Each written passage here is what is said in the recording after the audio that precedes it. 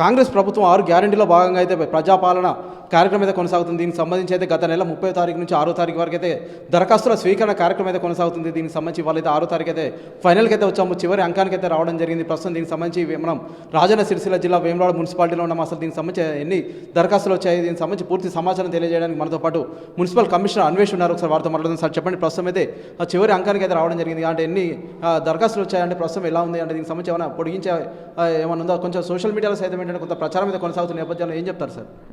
ఇప్పటివరకు మన వేములవాడ మున్సిపాలిటీ పరిధిలో మన 28వ తారీఖు నుంచి ఈ రోజు 6వ తారీఖు వరకు మనం ప్రజాపాలన కార్యక్రమం నిర్వహించడం జరిగింది. దానిలో భాగంగా మనకి ఇప్పటివరకు అంటే నిన్నటి వరకు 13,000 అప్లికేషన్స్ రావడం జరిగింది. దీని ఈరోజు చివరి తేదీ. మనకి ఆల్రెడీ మనం పేపర్లో కూడా చూసాం, మనకి ఆదేశాలు కూడా వచ్చాయి. ప్రతి 4 నెలలకోసారి ఈ ప్రజాపాలన కార్యక్రమం అనేది జరుగుతూ ఉంటుంది. కాబట్టి ఇప్పటివరకు అప్లై చేసుకున్న వాళ్ళు నెక్స్ట్ 4 నెలల తర్వాత మళ్ళీ ఉన్న ప్రజాపాలన కార్యక్రమాలు అప్లై చేసుకోవచ్చు.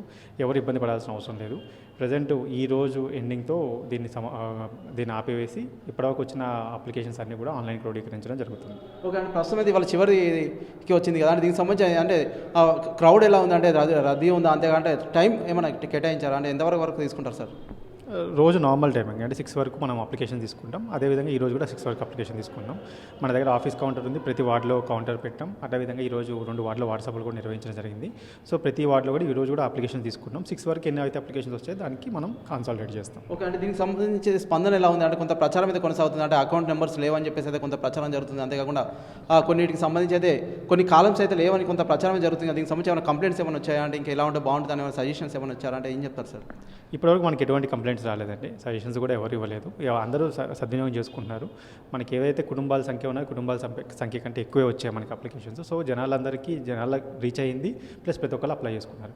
ఎటువంటి సందేహాలు ఎవరు ఎక్కడ కూడా మనకి డౌట్ రైజ్ చేయలేదు.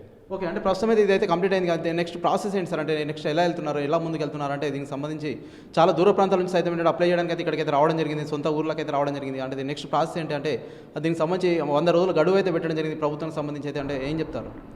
మనకి ఇప్పటివరకు వచ్చిన గైడ్లైన్స్ ప్రకారం దీన్ని నెక్స్ట్ ప్రాసెస్లో దీన్ని ఆన్లైన్ చేస్తున్నాం. దాని తర్వాత ఎలా ఉంటుంది అనేది గైడ్లైన్స్, ప్రభుత్వం ఇచ్చిన గైడ్లైన్స్ ప్రకారం మేము ముందుకెళ్తాం. Okay sir, thank you. ప్రస్తుతం అయితే ప్రభుత్వం ఇచ్చిన గైడ్లైన్స్ ప్రకారం అయితే ముందుకెళ్తున్నాము. దీనికి దరఖాస్తుకు సంబంధించి అయితే చివరి అంకానికి అయితే రావడం జరిగింది. ఇవాళ 6వ తారీఖు రెగ్యులర్గా ఎలా అయితే ఉంటుందో అలానే ఇవాళ సాయంత్రం వరకు అయితే దరఖాస్తులు అయితే స్వీకరిస్తామని చెప్తున్నాను. అంతేకాకుండా మరో 4 నెలల తర్వాత మళ్ళీ ప్రజాపాలన కార్యక్రమం అయితే కొనసాగుతుంది. దీనికి సంబంధించి ఎలాంటి అనుమానాలు అయితే లేవు, ఎవరికి అయితే ఈ ఇబ్బందులు అయితే లేకుండా అయితే ముందుకైతే వెళ్తున్న పరిస్థితి అయితే మనం చూస్తున్నాం. Vote studio. మరిన్ని వీడియోస్ కోసం ఛానల్ ని సబ్స్క్రైబ్ చేయండి, లేటెస్ట్ అప్డేట్స్ కోసం వాట్సాప్ ఛానల్ ని ఫాలో చేయండి, అండ్ లింక్ డిస్క్రిప్షన్ లో ఉంది.